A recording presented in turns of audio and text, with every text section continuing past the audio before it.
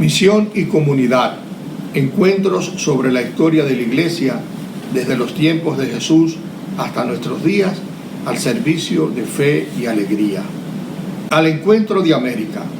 Como decíamos anteriormente, los árabes controlaban las rutas terrestres hacia el oriente, pero en el siglo XVI se desarrolló en Europa un gran movimiento marinero en busca de una nueva ruta que condujera hacia las tierras del este del Asia en busca de especies y de seda. España era una de las sociedades más estructuradas y poderosas de la época. Era también España un pueblo altamente religioso católico. Cristóbal Colón, un marinero italiano, ahora al servicio de España, fue uno de esos marineros interesados en buscar nuevas rutas hacia el oriente, pero su proyecto fue navegar hacia el oeste y en ese faenar se topó con las islas del Caribe. Primero la parte norte, San Salvador, después Cuba, Santo Domingo, Puerto Rico. En estas islas Colón encontró unos pueblos en un estadio de desarrollo muy sencillo, muy primitivo. Colón buscaba especies, pero también y principalmente oro, pero en esas islas encontró muy poco oro. Colón estableció su base de operaciones en Santo Domingo.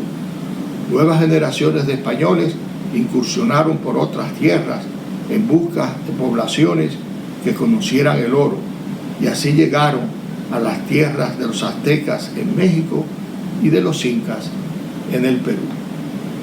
Los españoles sometieron militarmente, violentamente a estos pueblos, robaron sus riquezas minerales, pero cosa interesante, fundaron y poblaron ciudades, explotaron las riquezas agrícolas, desarrollaron la agricultura y se preocuparon por la difusión del cristianismo entre esas poblaciones originarias, como se les llama hoy día, que antes se les llamaba indígenas.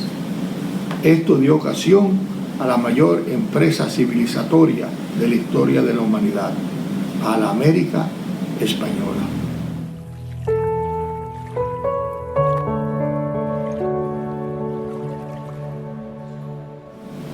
De la conquista se pasó a la colonización. Los españoles llegaron a América para quedarse, para crear colonias, para colonizar. Según avanzaban los ejércitos, conquistando pueblos y tierras indígenas, destruían sus lugares y símbolos religiosos y los iban reciclando en un nuevo estilo de vida español, en la ciudad y en la iglesia. La ciudad española se organizaba alrededor de una plaza central, en cuyas partes se colocaban los edificios de las autoridades civiles, políticas y la iglesia principal o catedral, que era la iglesia del obispo. También se construían escuelas y en algunos casos hasta universidades, y a partir de ahí se iban colocando casas de familias, tiendas, artesanías, lugares de recreación como galleras y plazas de toros. Se construían muchas iglesias según las diferentes congregaciones religiosas, misioneras que iban llegando a América y las devociones de las poblaciones a diferentes santos. Se dice que en la ciudad de Puebla, de México, llegaron a haber 365 iglesias como hay días en el año.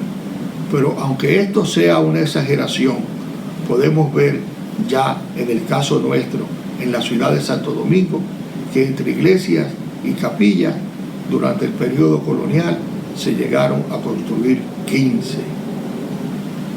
La iglesia y sus festividades dirigían la vida de los pueblos, ya sea en sus tiempos litúrgicos oficiales, como la Navidad y la Cuaresma, o en las festividades de los santos. El toque de la campana dirigía la vida de los pueblos. Hay que introducir aquí un tema importante, aunque sea marginal.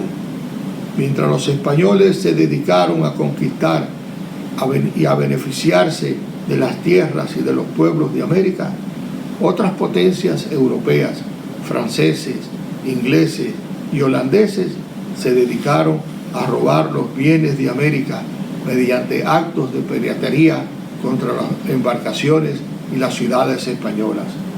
En un segundo momento, estos nuevos pueblos comenzaron a asentarse en las islas del Caribe y en Norteamérica, en lo que hoy es los Estados Unidos.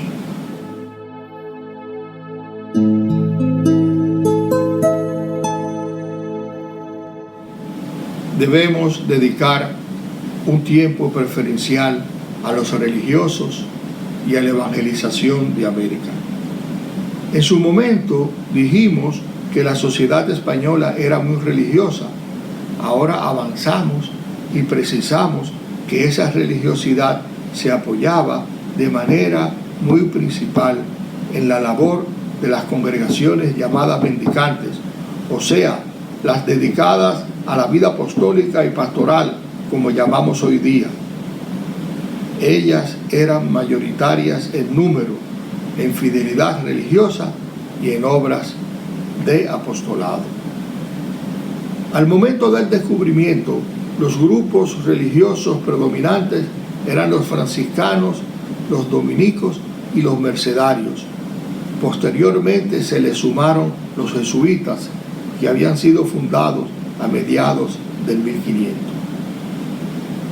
Esos cuatro grupos se dividieron en los cuadrantes de las ciudades y las zonas pastorales del campo. El más destacado de esos grupos religiosos fueron los franciscanos, los primeros en venir a América de una manera organizada. A Santo Domingo llegaron en 1504 y a México fue un grupo de 12 monjes con su superior, como si fueran Jesús y los 12 apóstoles, en el año de 1524. Los franciscanos se dedicaron principalmente a la labor campesina. Los dominicos, por su parte, se caracterizaron en la creación de universidades.